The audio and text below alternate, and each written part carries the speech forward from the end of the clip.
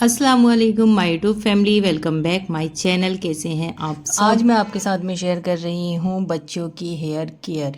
किस तरह से बच्चों की हेयर केयर करनी चाहिए जिससे उनके हेयर ठीक रहें, टू फेस हेयर नहीं हो, हेयर्स में डैंड्रफ नहीं हो। तो वही छोटी छोटी सी टिप्स आपके साथ में शेयर करूंगी। वैसे तो पहले भी की है, लेकिन एक वीडियो और आजकल जिस तरह का मौसम चल रहा है, इसमें बहुत ज़्यादा हेयर की एंड स्किन की केयर करनी होती है। बहुत ज़्यादा ड्राई स्किन हो रही है और हेयर भी काफ़ी रफ हो जाते हैं। अच्छा, एक चीज़ और मुझे साथ साथ बतानी है कि हेयर हो या हमारी स्किन हो, जिस तरह से मौसम चेंज होता है, इसी तरह मौसम के साथ साथ हमारी स्किन और हेयर पर भी इसका खासा असर पड़ता है। जिस तरह से विंटर में हमारी स्किन काफ़ी खुश्क हो जाती है और हेयर काफ़ी खुश्क हो जाते हैं, रफ़ हो जाते हैं, इसी तरह से समर में स्किन ऑयली भी हो जाती है और हेयर में भी काफ़ी फ़र्क पड़ जाता है। ये बात आपने अक्सर नोटिस की होगी। तो मेरा कहने का मतलब ये है कि जिस तरह से हमारी स्किन चेंज होती है, हमारे हेयर्स चेंज होते हैं, मतलब उनमें काफ़ी फ़र्क पड़ जाता है मौसम के साथ साथ। तो इसी तरह से हमें अपना ऑयल भी चेंज करना होता है हर मौसम के हिसाब से। विंटर में कौन सा ऑयल लगाना है, समर में कौन सा ऑयल लगाना है, दरमियाने मौसम में कौन सा ऑयल लगाना है, ये हमें अच्छी तरह से पता होना चाहिए। अब जैसे यहाँ पर मैंने कोकोनट ऑयल लिया है, तो ये इस मौसम के लिए बेस्ट होता है। इसके अलावा बादाम रोगन जो ऑयल आता है वो भी बेस्ट होता है विंटर में, या आधी सर्दियाँ जाती सर्दियाँ, इस टाइम पर इस तरह के ऑयल काफ़ी हेल्पफुल रहते हैं हेयर्स के लिए, क्योंकि इस टाइम पर हेयर में डैंड्रफ भी हो जाता है और हेयर जो है वो बहुत ज़्यादा रफ़ हो जाते हैं। तो मैं अभी बच्चियों के लिए और अपने लिए कोकोनट ऑयल ही यूज़ कर रही हूँ। मेरे सर में भी काफ़ी ज़्यादा डैंड्रफ और ड्राइनेस हो रही है, और अनाबिया के तो ऑलरेडी हेयर काफ़ी ड्राई रहते हैं, तो मुझे अनाबिया के हेयर्स की काफ़ी केयर करनी पड़ती है, जबकि किंजा के इतने नहीं रहते हैं। तो अब बात करते हैं हेयर में ऑयल किस तरह से लगाना है उसकी। तो देखिए, हेयर में ऑयल लगाने के कई तरीके हैं, कई तरह से मैंने आपको पहले वीडियो में भी बताया हुआ है। आज मैं डायरेक्टली ऑयल लगाकर दिखा रही हूँ। कॉटन से भी लगाकर दिखाया है, फिंगर से भी लगाकर दिखाया है। तो आज मैं डायरेक्टली बोतल से लगा रही हूँ। इसका रीज़न ये है कि जुनेशा साथ में है और वो मुस्तकिल अपनी हरकतें करती रहती है, तो ऑयल गिरने का डर था, तो मैंने सोचा कि इस तरह से भी लगाकर आपको दिखा देती हूँ। तो ऑयल चाहे आप फिंगर से लगाएं, चाहे कॉटन से लगाएं, चाहे डायरेक्टली आप ऑयल की बोतल से लगाएं, लगाने का तरीका आपका यही होना चाहिए कि आप छोटे छोटे से बालों की मांग बनाते जाइए और उसमें ऑयल भरते जाइए। तो जब हेयर ज़रूरत से ज़्यादा रफ़ हों, जैसे अनाबिया के हो रहे हैं, तो आपको काफ़ी अच्छे से ऑयल लगाना है और रूट्स में ही ऑयल लगाना है। रूट्स के अलावा अगर आप ऊपर लगा देंगे और रूट्स में ऑयल नहीं पहुंचेगा, तो आपका ऑयल लगाने का कोई फ़ायदा नहीं है। यहाँ पर देखिए, आपने नोटिस किया होगा कि मैंने पहले अच्छी तरह से मांग बनाकर छोटी छोटी ऑयल अच्छी तरह से भरा है और उसके बाद मैं मसाज कर रही हूँ। और हमेशा मैं आपको बताती हूँ इस चीज़ के लिए कि मसाज हमेशा बहुत लाइट करना है, बहुत ज़्यादा टाइट हाथ से मसाज नहीं करनी है, उससे रूट्स कमज़ोर होती हैं और बाल झड़ने लगते हैं। तो कोशिश यही करें कि फिंगर बहुत लाइट चलाएं। उस वक्त तक देनी है जब तक ऑयल अच्छी तरह बालों में ऑब्जर्व नहीं हो जाता, बाल अच्छे से ऑयल को अपने अंदर जज्ब नहीं कर लेते, उस वक्त तक आपको बहुत लाइट फिंगर से मसाज करते रहना है। तो यहाँ पर देखिए, मैंने बहुत अच्छे से मसाज कर दिया था और उसके बाद मैंने ऑयल लेकर थोड़ा सा नीचे भी लगाया है। तो हेयर ऑयलिंग के बाद जी नेक्स्ट स्टेप है हमारा, जो सबसे इम्पोर्टेंट है, वो है ये हमारा थिक कॉम्ब। हमेशा कॉम्ब आपको यही लेना है, थिक कॉम्ब लेना है। जो बारीक वाला होता है वो हेयर के लिए ठीक नहीं रहता है। इससे फ़ायदा ये होता है कि जो उलझे हुए हेयर हैं वो बहुत आसानी से सुलझ जाते हैं और हेयर्स टूटते भी नहीं हैं।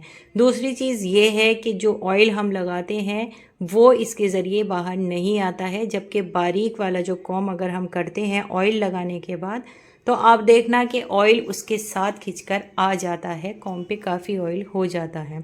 तो इसलिए ये सबसे इम्पॉर्टेंट चीज़ है, इसमें ऑयल भी नहीं आता है निकल कर, और जहाँ ऑयल रह जाता है हेयर्स में, रूट्स में लगने से, वो भी अच्छे से मिक्स हो जाता है पूरे हेयर में।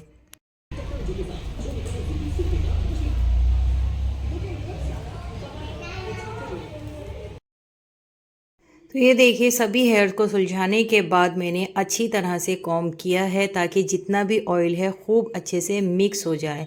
उसके बाद फिर एक बार मैंने मसाज करनी शुरू कर दी है क्योंकि अभी जो ऑयल है नज़र आ रहा है, तो यहाँ पर अभी भी मैं मसाज अच्छी तरह से दे रही हूँ। बहुत ही लाइट मसाज कर रही हूँ ताकि ऑयल अच्छे से अंदर ऑब्जर्व हो जाए। तो हेयर काफ़ी जो है सुलझ चुके थे और ऑयलिंग भी अच्छे से हो गई है। अब मैंने लिया है जी अपना नॉर्मल कॉम्ब जिससे हम चोटी वगैरह बनाते हैं। तो अब यहाँ पर मैं चोटी बना रही हूँ और इसमें भी आपको एक चीज़ बहुत अच्छी तरह से समझनी है, और वो ये है कि चोटी बनाने से पहले हमें हेयर में अच्छी तरह से कॉम्ब करना है ताकि हेयर्स की एक्सरसाइज हो जाए। अच्छा, एक्सरसाइज पे याद आया है कि एक्सरसाइज भी हेयर की होती है। इंशाल्लाह नेक्स्ट वीडियो में या किसी वीडियो में वो भी मैं आपके साथ में शेयर अच्छी तरह से कॉम्ब के बाद अब बारी आती है चोटी गूंदने की। तो यहाँ पर ध्यान देना है कि मैं बल किस तरह से दे रही हूँ। सीधे बल की चोटी मैं बनाती हूँ दोनों ही बेटियों की, उल्टे बल की नहीं बनाती हूँ। सीधे बल से ये फ़ायदा रहता है कि चोटी जल्दी से खुलती नहीं है और लूज़ नहीं पड़ती है। एक चीज़ और है कि चोटी बहुत ज़्यादा टाइट नहीं बांधनी है जिससे रूट्स पर प्रेशर बने। दूसरी चीज़ ये है कि चोटी को नीचे तक अच्छी तरह से गूंदना है, जो नीचे वाले हेयर हैं वो भी अच्छे से गूंद जाए। ये देखिए मैंने नीचे तक चोटी को बिल्कुल अच्छे से गूंद दिया है और उसके बाद इन हेयर को अच्छी तरह से दबाकर इनमें रबर डालनी है। तो इससे ये फ़ायदा होता है कि जो हमारे टू फेस हेयर हो जाते हैं, दो मुँह बाल जिन्हें कहते हैं, वो हो जाते हैं, तो वो कभी नहीं होंगे इस तरह से चोटी को फोल्ड करके बांधने से। तो मेरी बेटियों की ज़्यादातर मैं चोटी इसी तरह से करती हूँ, मेरी ख़ुद की भी चोटी इसी तरह से रहती है। तो यकीन मानिए ये नीचे के हेयर जो हम फोल्ड करके रखते हैं इससे हमारे हेयर्स में काफ़ी फ़र्क पड़ता है। सबसे पहली चीज़ तो है कि हेयर की शाइन बरकरार रहती है। दूसरी चीज़ ये है कि टू फेस हेयर नहीं होते हैं, और तीसरी चीज़ ये है कि जो हेयर्स नीचे से कलर फेड नज़र आते हैं वो बिल्कुल नज़र नहीं आते हैं, बिल्कुल कलर उनका फेड नहीं होगा। तो मेरी बेटियों का भी आप देखिए कि बिल्कुल कलर फेड नहीं है क्योंकि मैं इनकी चोटी इसी तरह से गूंद कर रखती हूँ। बाकी मैंने काफ़ी लड़कियों के, बच्चियों के ऐसे हेयर देखे हैं जिनका कलर नीचे से फेड हो जाता है, कभी ब्राउन कलर नज़र आता है, कुछ येलो कलर की तरह से हो जाता है। तो वो सब इसी वजह से होता है कि नीचे से उनके हेयर प्रॉपर बंधे नहीं रहते हैं। तो अनाबिया के बाद अब मैं किंजा के ऑयल मसाज कर रही हूँ। किंजा के हेयर्स इतने रफ़ नहीं रहते हैं जितने अनाबिया के हैं, तो यहाँ पर मैं किंजा के बहुत लाइट लगा रही हूँ, बट लगा कोकोनट ऑयल ही रही हूँ क्योंकि ये सीज़न ऐसा है कि थोड़ा बहुत डैंड्रफ किंजा के भी हो रहा है।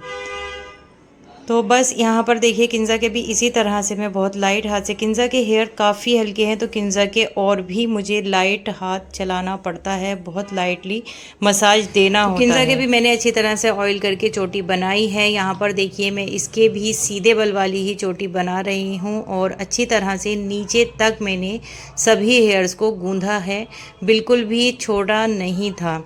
दूसरी चीज़ ये है कि किंजा के मैंने बहुत कम हेयर ऑयल लगाया है क्योंकि किंजा के हेयर में ज़्यादा ऑयल की ज़रूरत नहीं रहती है। तो देखिए यहाँ पर इसको भी मैंने अच्छी तरह से फोल्ड कर दिया है। तो बस आज की वीडियो मेरी यहीं तक थी। इंशाल्लाह और किसी वीडियो में आपके साथ में हेयर शैम्पू, हेयर मसाज और हेयर की एक्सरसाइज वगैरह भी ज़रूर शेयर करूँगी। अगर वीडियो पसंद आए तो प्लीज़ लाइक ज़रूर कीजिएगा। अल्लाह हाफिज़।